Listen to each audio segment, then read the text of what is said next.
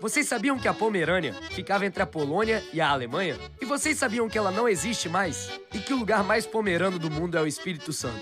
Disso vocês sabiam? Se não, hoje vocês vão aprender, porque é dos pomeranos que nós vamos falar no Raízes de hoje.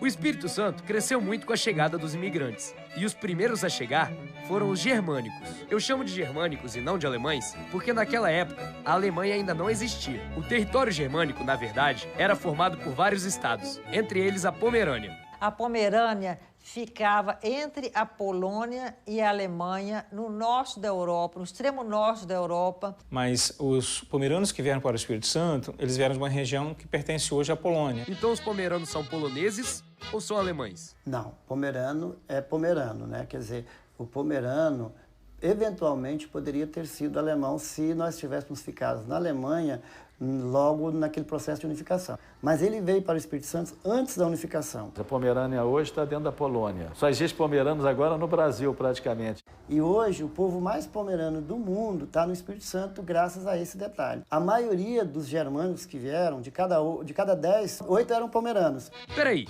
explica isso melhor, por favor.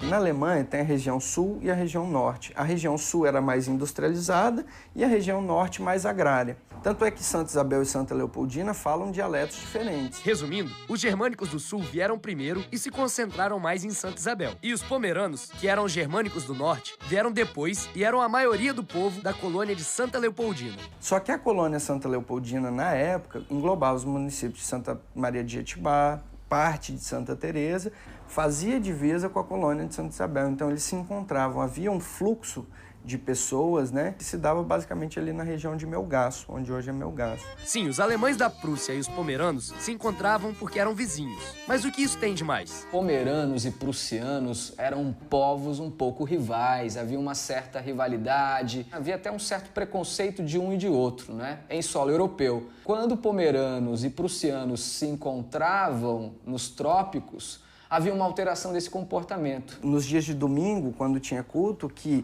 os colonos eles saíam dos seus lotes e iam conviver em comunidade, iam para as vendas, iam para as igrejas. Na missa de domingo começaram a se encontrar. E nessas igrejas eles tinham ali os seus momentos de sociabilidade, como a gente fala, né? E reza a lenda que os prussianos costumavam ter mais filhos homens e os pomeranos mais filhos mulheres, aquelas mulheres louras, né, de pele mais clara, e que os filhos desses casamentos acabavam pomeranizando, né, acabavam tornando mais pomeranos esses prussianos. Então, no Espírito Santo, houve um processo, digamos assim, o contrário. Houve uma unificação pomerana, entre aspas.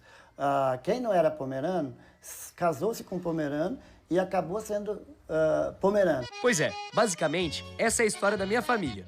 Porque meu bisavô galego, que veio da Prússia para morar em Santa Isabel, conheceu e se casou com minha avó Berta, uma pomerana bem animada, que tratou de pomeranizar, entre aspas, a nossa família. Mas eu termino de contar essa história no próximo bloco. O meu bisavô galego se casou com uma pomerana, a vovó Berta. Ela nasceu aqui, mas o pai dela, assim como os outros imigrantes europeus, veio atrás de terra. Boa parte das famílias pomeranas que vieram para o Espírito Santo vieram em decorrência mesmo de crise no campo, crise na agricultura e por conta das guerras. Ou eles fugiam ou eles se misturavam. Então a fome e as guerras alimentaram a esperança de terem um futuro melhor nos trópicos. Pois é, o pai da vovó Berta veio atrás de terra, mas o que ele encontrou por aqui foram muitas dificuldades.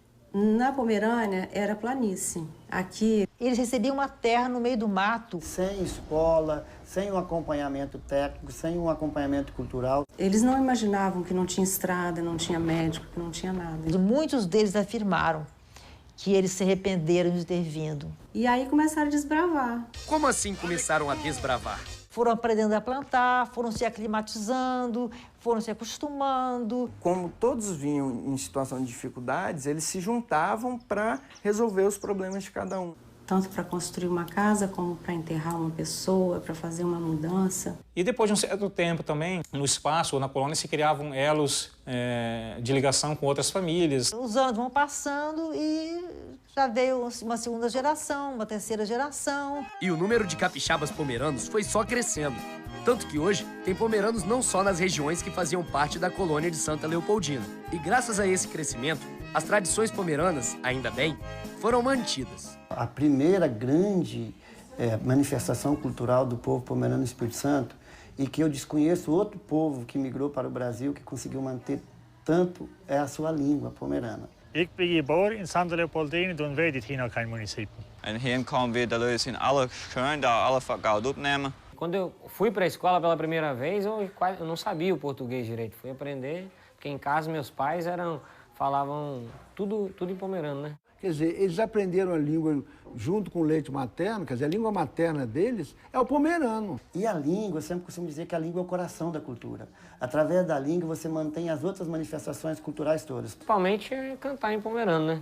Preservando a língua pomerana, né? E os pomeranos têm um jeitão todo próprio de ser. É um jeito tímido, ocupado, o dia inteiro, das 7 da manhã até as 5 da tarde. Trabalham de sol a sol. No seu afazer da pequena propriedade, é cuidar de galinha, é cuidar de porco. Santa Maria de Jetibá é a segunda maior produtora de ovos do Brasil. A agricultura familiar dos pomeranos ela é muito rica. Inclusive, ela ajuda a manter a identidade cultural pomerana intacta, praticamente. E o que mais faz parte da identidade pomerana? Nós temos uma culinária muito típica, nós temos uma música típica, nós temos um casamento.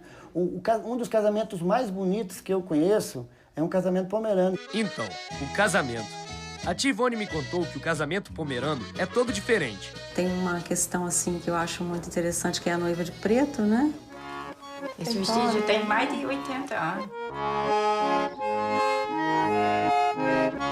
Porque na Pomerânia, quando uma pessoa se casava, uma mulher, o senhor tinha direito de passar a primeira noite com ela. E elas não aceitavam aquilo de jeito nenhum, então casavam de preto como protesto, né? Pois é, mas apesar dessa história triste, simbolizada pelo vestido preto, o casamento pomerano, na verdade, é uma animação só. O casamento, a preparação começa 3 meses antes, com o convidador.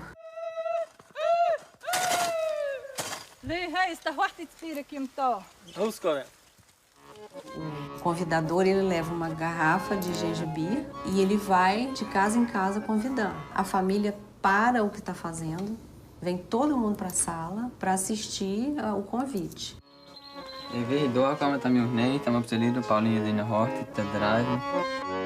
Se a pessoa aceita, a mulher da casa vai lá dentro, pega um lenço com um alfinete e prega na camisa do convidador. No final do dia, ele tá com a camisa cheia de lencinho e bêbado. Porque a cada casa que ele entra, ele oferece e bebe. Você tem que dar 5 presentes para participar. Olha que festa danada. Aí acontece essa festa na sexta-feira. Não é só quebrar a louça. Quanto mais fino, mais pequeno as partículas ficarem, melhor. E quando não quebra o prato, a tradição fala que o casal não vai viver junto.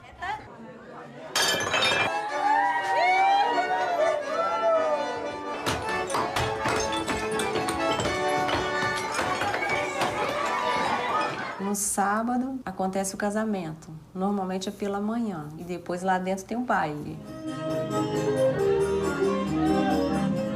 E a música é toda em pomerano, toca de concertina. E aí, no domingo de manhã, a festa não acabou ainda, porque tudo que sobrou junta para fazer um outro almoço. É uma festa de 3 dias, onde ele se sente em casa, onde ele fala a sua língua. Tem todo um ritual de muita bagunça, muito barulho. Esse é o ser pomerano. Irado! Adorei conhecer os pomeranos. E na semana que vem, a gente vai conhecer outro povo muito festeiro, os italianos. Até sábado!